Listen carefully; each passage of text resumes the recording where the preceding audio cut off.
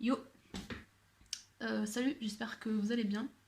Bienvenue dans cette nouvelle vidéo dans laquelle je vais commencer à traiter les différentes matières qu'on étudie en BTS Tourisme. Donc, je vais commencer par les langues. Donc, il faut savoir que moi, j'étudie en fait l'anglais et l'espagnol. Et j'ai la possibilité, si je le souhaite, d'étudier une troisième langue via l'enseignement à distance. Donc, j'imagine avec le CNED, puisque c'est, il me semble, la plateforme d'enseignement à distance qui est gérée par l'État ou dans ce style-là. Euh, mais moi, du coup, j'avais pas vraiment envie d'étudier une troisième langue, donc voilà, j'étudie que l'anglais et l'espagnol. Donc, le commencement, ça va être est-ce que il faut avoir un super bon niveau en langue pour aller enfin, pour pouvoir aller en BTS tourisme. Alors je vous le dis tout de suite, la réponse c'est non, mais genre vraiment non en fait. Enfin, ne vous prenez pas la tête avec les langues, hein. Enfin vraiment. Euh, donc après, on est censé, après le bac en fait, si vous voulez, du moins après les bacs généraux et je pense technologiques aussi, mais on est censé avoir atteint le niveau B1 pour notre LV1 et le niveau B2 pour notre LV2. Donc, petite parenthèse aussi, il faut savoir que, en tout cas dans mon lycée, je sais pas si c'est partout pour tous les BTS tourisme, si c'est pareil, mais en tout cas dans mon lycée, euh, l'anglais c'est obligatoirement la LV1 et l'espagnol obligatoirement la LV2. Même si vous avez fait espagnol LV1 au bac, ce qui était mon cas, je pensais que du coup ça allait être pareil, mais non, en fait, c'est pas pareil. Enfin, en fait, non, c'est anglais LV1 obligatoirement.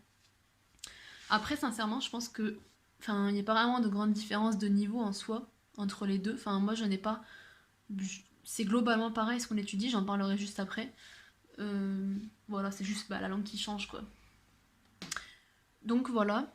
Euh, pour vous rassurer, du coup, moi, je pense pas avoir ces niveaux-là en langue. Enfin, le niveau B1 pour la LV1 et le niveau B2 pour la LV2. Je pense pas, même après le bac, avoir atteint le niveau B1 en espagnol et le niveau B2 en anglais. Enfin, je pense vraiment pas. Et ça va, je m'en sors bien. Et il y a des gens dans ma classe qui n'ont pas atteint ces niveaux-là et qui ne les ont pas. Mais ça va, ils s'en sortent bien aussi. Il faut savoir que les profs, ils sont pas là pour nous saquer ni rien, ils sont là pour nous encourager, nous aider. Donc ils vont pas vous saquer si vous êtes un peu moins bon en langue que dans les autres matières ou autres. Enfin, vous voyez. Et si vous voulez, je ferai une. Enfin, en fait, si vous le souhaitez, oui, j'en ferai une, mais je pense en faire une quand même. Euh, une vidéo qui sera spécialement sur les professeurs, même si, bon, en soi, je vais pas dire grand chose, mais voilà, ça peut toujours intéresser certains. Donc voilà. Mais ne vous inquiétez pas, enfin, vous prenez vraiment pas la tête avec les langues, c'est vraiment. Enfin, ça va, en vrai, ça va. La question qu'on peut se poser aussi, du coup, c'est qu'est-ce qu'on étudie en langue quand on est en BTS tourisme. Comme moi je ne savais pas à quoi m'attendre, bah, je peux pas vous dire du coup vraiment ce à quoi je m'attendais, mis à part que le seul truc auquel je m'attendais à la limite, c'était que ce soit un peu pareil que les cours qu'on avait au lycée. Et en fait, bah, c'est pas du tout pareil, mais vraiment pas du tout. Dès le début, on est vraiment centré sur le tourisme. Alors, oui, c'est logique en soi, mais je sais pas, enfin moi j'étais tellement habituée au cours du lycée que je m'attendais à ce que ce soit pareil et ça c'est pas pareil, c'est différent, vraiment, c'est différent. Je saurais pas expliquer vraiment pourquoi et comment c'est différent, mais bah à part le fait que du coup c'est centré vraiment et puis vous verrez que toutes les matières vraiment c'est juste centré sur le tourisme quoi et ça c'est excellent. C'est vraiment tout de suite plus intéressant quoi. On est directement dans le bain en fait du tourisme quoi. Donc c'est vraiment cool. On va apprendre du vocabulaire spécifique sur le tourisme. Enfin, vraiment, c'est vraiment très très intéressant. Et vraiment, tout au long de l'année et même des 2 ans de la formation, en fait, ça va être. On va étudier des choses qui seront en rapport directement ou indirectement avec le tourisme. Du coup, c'est ça qui fait que c'est, de mon point de vue, beaucoup plus intéressant que les cours qu'on apprenait au lycée. Et voilà, enfin, normalement, on sera pas déçus. Enfin, vous serez pas déçus. Moi, je suis pas déçue en tout cas des langues quoi en BTS tourisme. La dernière partie de cette vidéo sera consacrée à l'examen, donc aux examens des langues en fait. Donc je vais vous expliquer bah, comment ça va se passer, qu'est-ce que c'est comme type d'examen, etc. Donc, pour commencer, euh, il faut savoir un truc, c'est que l'examen des langues se passe sous la forme d'un CCF. Donc CCF, c'est contrôle en cours de formation.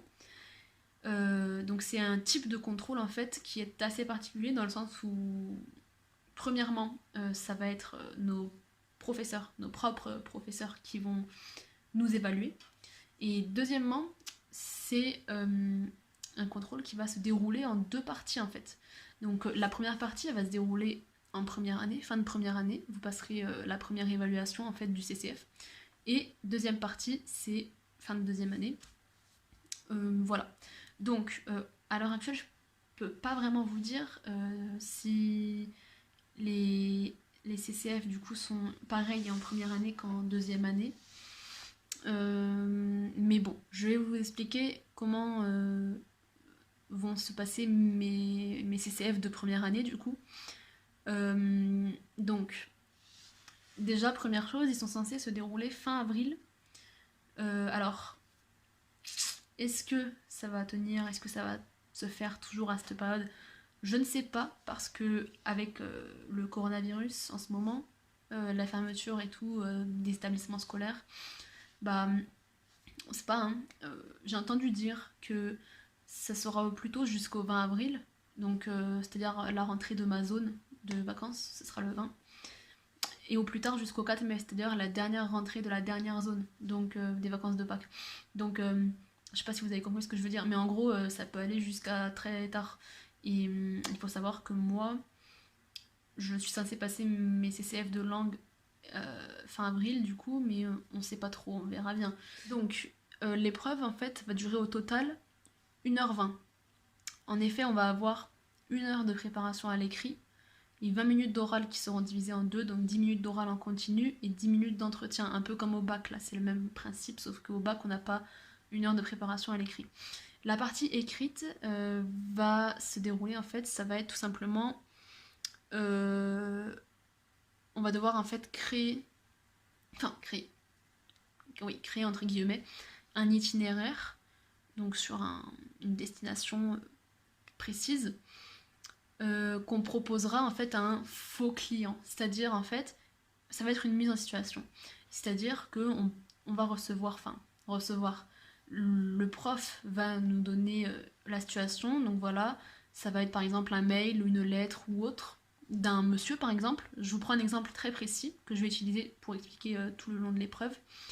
Donc un monsieur qui nous envoie un mail pour dire en gros, pour nous dire voilà, nous on fait partie d'une agence de voyage ou voilà, d'un truc dans ce style là. Et le monsieur il va nous demander voilà, j'aimerais passer un séjour de 2 semaines en Écosse. Enfin en fait il va nous expliquer où est-ce qu'il aimerait aller, ses disponibilités et ses centres d'intérêt et ses attentes en fait. À partir de là, nous, on va avoir du coup à créer un itinéraire, à lui proposer un itinéraire qui sera en concordance avec ses attentes, ses disponibilités, etc. etc. On va avoir un corpus de documents qui va être à notre disposition, dont on va devoir se servir pour créer cet itinéraire. Donc pour cela, on a 1 heure. Pour répondre, du coup, si c'est un mail, il faut répondre sous forme de mail. C'est une lettre, il faut répondre sous forme de lettre, etc. etc. Enfin, ça, je pense que vous l'aviez compris. Donc ça, c'est voilà, c'est pareil pour que ce soit en anglais, en espagnol. Et la partie orale, du coup, elle va consister en fait à, exemple, argumenter euh, pour essayer de convaincre donc le client. Donc le client, bah, il sera joué par le professeur ou la professeure qui sera en face. Donc par notre prof en fait. Donc voilà, le but ça va être de le convaincre pour qu'il choisisse l'itinéraire qu'on a fait, ou alors d'expliquer voilà pourquoi on a choisi ça, ça. Enfin vous voyez, argumenter en fait. Et on aura donc 10 minutes. Et, en fait tout est fait en fait pour qu'on ressorte ce qu'on a vu tout au long de l'année en cours, donc le vocabulaire, les expressions, les moyens d'argumenter, etc. etc. Donc voilà. Et enfin, l'entretien, il servira à voir avec le prof ce qui allait, ce qui est pas allé, où est-ce qu'on s'est trompé, et en discuter, etc. Dernière chose aussi, je sais que on peut nous demander de traduire un des textes qui fait partie du corpus de documents duquel on s'est servi pour notre itinéraire. Donc voilà, je crois avoir tout dit. Donc pour conclure, je dirais simplement que ces épreuves, en fait, elles sont assez utiles et intéressantes parce qu'à la fois elles servent d'entraînement euh, par rapport à notre futur métier, en fait. Si on veut être, si on veut faire un métier où on sera vraiment en contact direct avec les clients, bah, c'est un entraînement. Parce que c'est vraiment une mise en situation réelle en fait. C'est vraiment, voilà, ça arrive tous les jours en fait. Des gens qui envoient des mails ou des lettres à une agence de voyage pour qu'ils leur préparent un itinéraire. Enfin, c'est une situation vraiment très très réelle et qui arrive tous les jours. Et donc c'est à la fois aussi donc une manière de réutiliser et de ressortir tout ce qu'on a appris durant l'année. Donc voilà, c'est un exercice quand même qui est assez intéressant, stressant certes, mais intéressant. Après stressant, bon, c'est avec nos profs, donc du coup en soi c'est quand même un peu moins stressant que si on passe avec des profs qu'on ne connaît pas. Donc voilà, j'espère que la vidéo vous a plu, vous a intéressé surtout. Euh, N'hésitez pas, comme je vous ai déjà dit dans ma première vidéo, à me poser des questions, à me faire des suggestions. Voilà, c'est sur ça que je me baserai. J'espère que cette chaîne vous intéresse toujours autant. Et si vous avez des sujets à me proposer, des questions quelconques, encore une fois, n'hésitez pas. Bah, du coup, je vous invite à vous abonner, à aimer la vidéo, à la commenter et à la partager si vous le souhaitez. Puis voilà, on se dit à la prochaine pour une nouvelle vidéo. À plus.